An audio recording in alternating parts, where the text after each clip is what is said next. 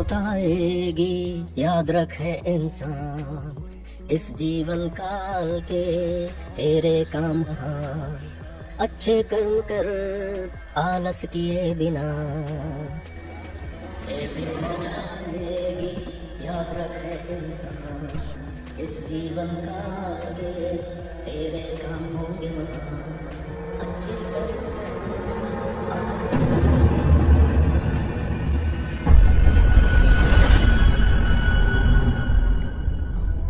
Sir, उस दिन George Peter को गिरफ्तार करने गए 4 पुलिस वालों में से 3 मारे जा चुके हैं, श्रीनिवासन सर समेत।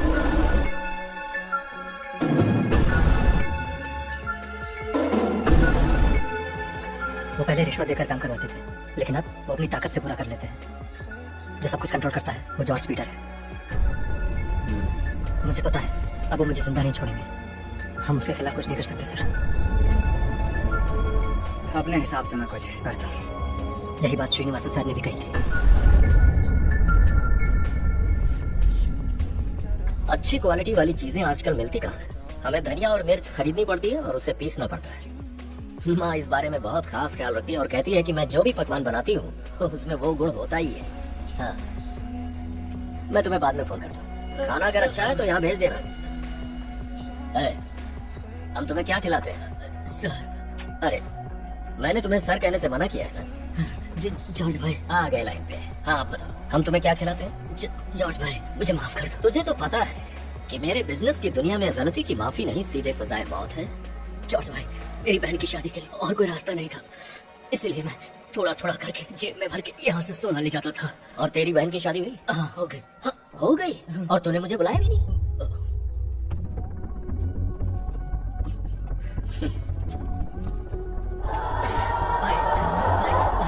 नहीं भाई भाई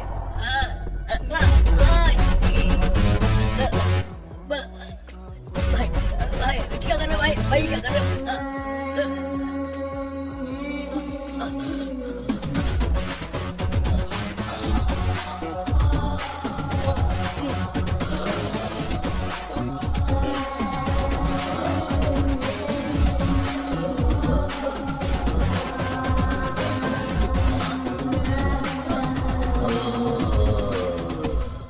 प्रार्थना से हर पाप से मुक्ति मिल जाती है।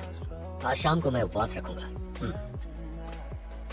एक दिन मौत आएगी, याद रखे इंसान इस जीवन काल के तेरे काम होंगे महान।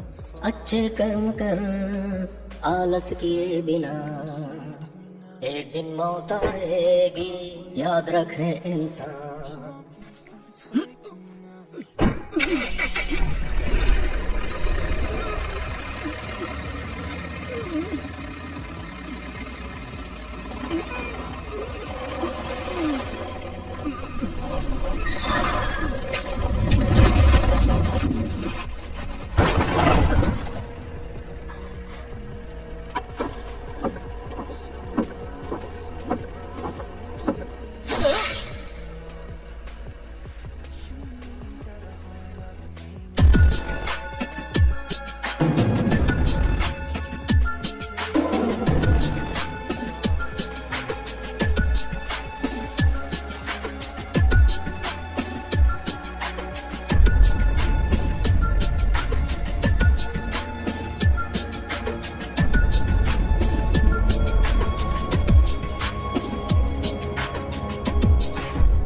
दोनों मृतक एक साथ हत्या और चोरी किया करते थे, अब उन्हें एक साथ दफनाया भी जा सकता है। लोग इस पर सवाल उठाएंगे, है ना? डेफिनेटली। ये सिर्फ एक हवा का झोंका है, अभी तूफान आना बाकी है। Let's see. इस बैच से ब्लेड तुमने किसको दिया था? मैंने इस बैच को पहले कभी नहीं देखा। मैं जानना चाहता हूँ कि इसे किसने खरीदा। वो हॉस्पिटल के अलावा कुछ नर्सिंग होम और कुछ प्रैक्टिस करने वाले डॉक्टर्स भी इसे खरीदते हैं। मुझे उन सभी डॉक्टर्स की लिस्ट चाहिए। सर ये काफी मुश्किल होगा। मुश्किलों के लिए मैं तैयार हूँ।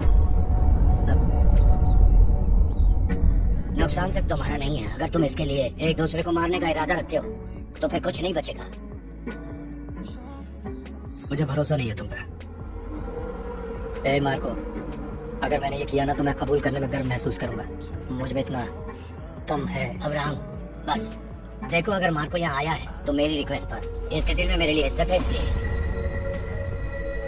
बिजनेस को बढ़ाने के लिए डेविड को जॉर्ज को मारने की कोई जरूरत नहीं थी। जिस मंगलोरिया ने तुम्हारे पापा को मारा था, मार्को सर, उसके सीने पर गोली मारने के लिए जॉर्ज मुझसे मदद मांगने के लिए आया था। युद्ध शुरू होते ही जॉर्ज उसके हाथ पकड़ लेता था और दिखाता कि वो शुरू होने वाला है। जब वो खत्म हो जाता तो अपने हाथ ऊपर उठाकर हंसता। किसने मारा और किस लिए? यही पता लगाने की जरूरत है। हम सभी को जानना है कि जॉर्ज की हत्या किसने की। जो भी है वो हमसे ज्यादा खतरनाक है। क्या मैं जाऊं सर? ठीक है।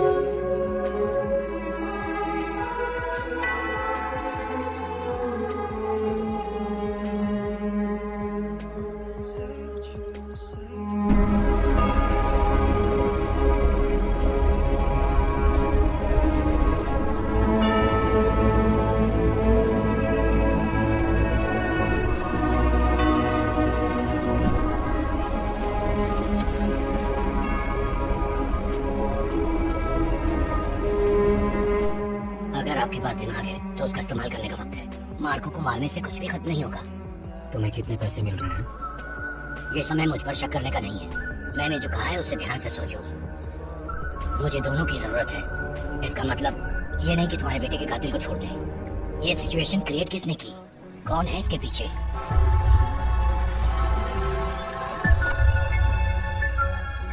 डेवी ने सड़क के बीचों बीच 3 लोगों को मार डाला। उसने सोचा कि कोई गवाही नहीं देगा, लेकिन वो गलत था। वाला से किसी जॉनी ने कॉल किया और गवाही दी। उसने उसे टक्कर मार दी। भले ही वो सुप्रीम कोर्ट तक ले गया हो, लेकिन वो फंस तो गया। आज वो जेल की सजा काट रहा है। वो इस वक्त अस्पताल में दावा करते हुए उसके मानसिक रोग का इलाज चल रहा है। वो वहीं से अपना काम करवाता है। इब्राहिम जो अभी मरा है उसका सबसे बड़ा बेटा है। कहा जाता है कि भगवान अच्छे लोगों को जल्दी अपने पास बुलाता है। उसके साथ भी ऐसा ही हुआ। तो जिसने इस धरती को बहुत बाद में छोड़ना था वो अब मर चुका है। William, my heartfelt condolences to you. क्या ये मार्को ने किया? नहीं, ईसा ने। ईगल ईसा। मैंने तुम्हारे बारे में बहुत कुछ सुना है। अगर खेल दिलचस्प है तो बिना बख्श लिए खिलाड़ियों की वाहवाही करनी चाहिए। अगर आप अपना कानून लागू करने की सोच रहे हैं तो हम पुराने पुलिस ऑफिसर्स की तरह दूर से नहीं देखेंगे आपको। हमें यहाँ रेफरी की जरूरत नहीं है। चलो।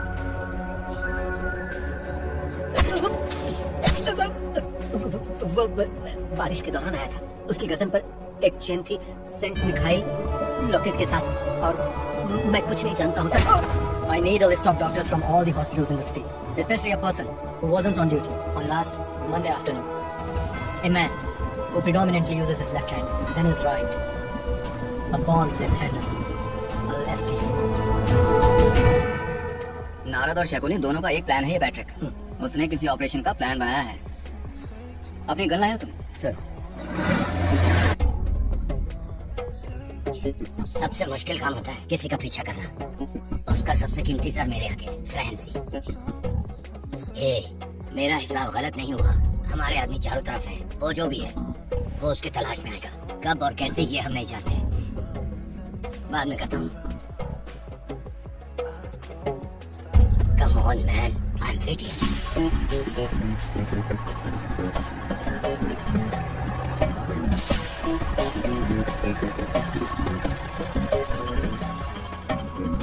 ये सामने कारें देख रहे हो?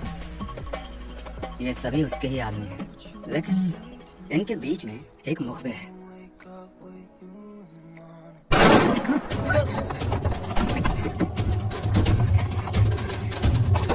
ये पैट्रिक है। लगी रात मुझे। Patrick, who was that? Did you see him? क्या तुम्हें मेरी मौत के समय जवाब चाहिए? Yes, I know too. मैंने उसे बहुत करीब से देखा है। तन्वी, पहले तुम मेरी जान बचाओ, नहीं तो मुझे पता है तुम खुद ही मुझे मार डालोगे। पैट्रिक, कौन था? बता ना यार। मैं जैसा कह रहा हूँ करो।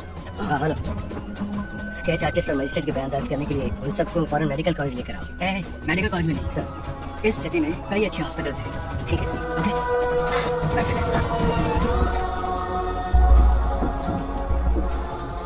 ये सर। सुनो, अब इन सबको भेजो। Okay sir. Each and every corner should be under our control. Okay sir. किसी को भी अंदर मत आने देना, उनकी जांच की बिना।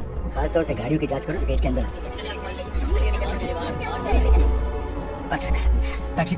Patrick, who has done this to you? Patrick, I'm asking you, who has done this to you?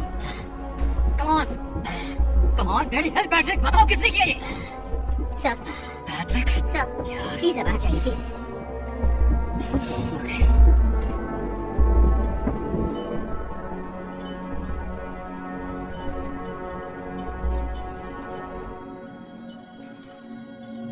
अब ये पूरी जगह हमारे कंट्रोल में है सर। हम अपने आसपास की परछाई पर भी भरोसा नहीं कर सकते, क्योंकि उजाला होते ही वो गायब हो जाती है।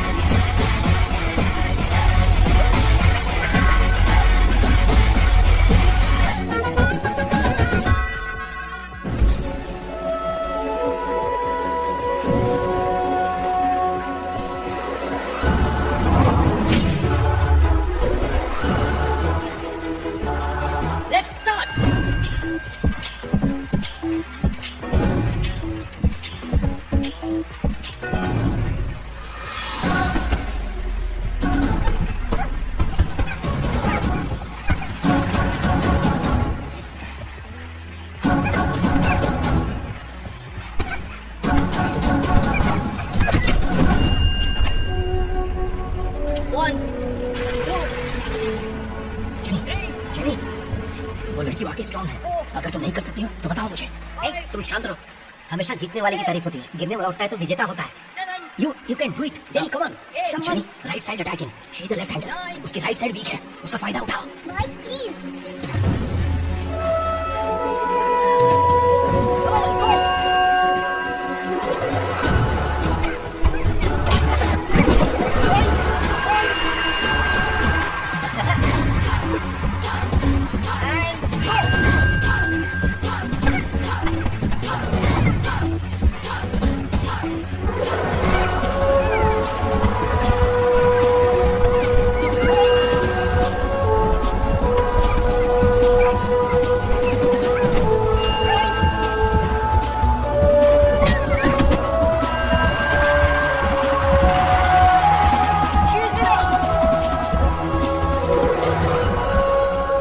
किस्मत अच्छी थी, तुम बच गई। जानती हो जब मैं छोटा था मैंने कितने सारे कंपटीशन जीते हैं। माइक, तुम कितने बेरहम हो। तुम साथ में थे शायद, इसलिए मैंने अपना कॉन्फिडेंस खो दिया। मैंने तो ऐसा कहा था कि तुम घायल ना हो जाओ, क्योंकि मैं डॉक्टर हूँ ना। तुम जिसके काबिल हो ऐसा कुछ करो। मैं बहुत थक गई हूँ, मुझे सोने दो। ध्यान से गाड़ी चलाना। ओह, मुझे मत सिखाओ गाड़ी कैसे चलानी है। तुम जैसे कोई बूढ़ी दादी हो, इसी वजह से तुम्हारी पिटाई हुई। माइक,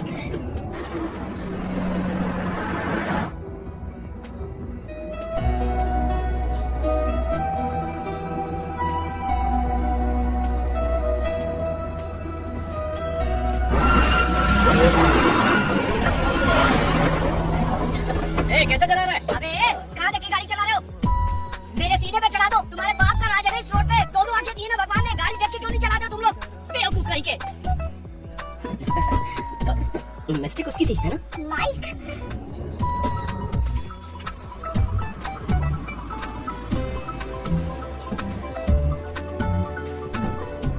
थैंक्स मुझे जिंदा लाने के लिए।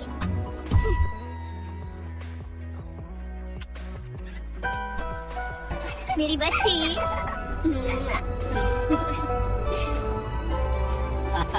हाँ, कांग्रेस। Thank you. तुम अंदर नहीं आ रहे? नहीं, ये सब तो कब से चल रहा है? यहाँ तुम्हारे लिए कौन पर आया है? आखिर तुम ये क्यों कर रहे हो? माँ मैं तुम्हारी जिंदगी में दखल नहीं दे रहा।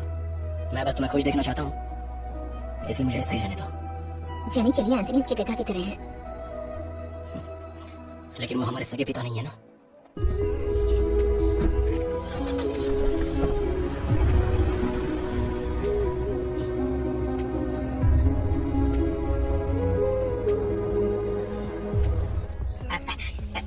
साले साहब, ए, तुम डॉक्टर हो? अरे भैया क्या कर रहे हो? जब से देख रहा हो तुम लिख नहीं जा रहे हो। अरे जांच काहे नहीं करते हो? तुम कौन हो? जांच करोगे तब पता चलेगा ना कि हम कौन है। इसे अंदर आने किसने दिया?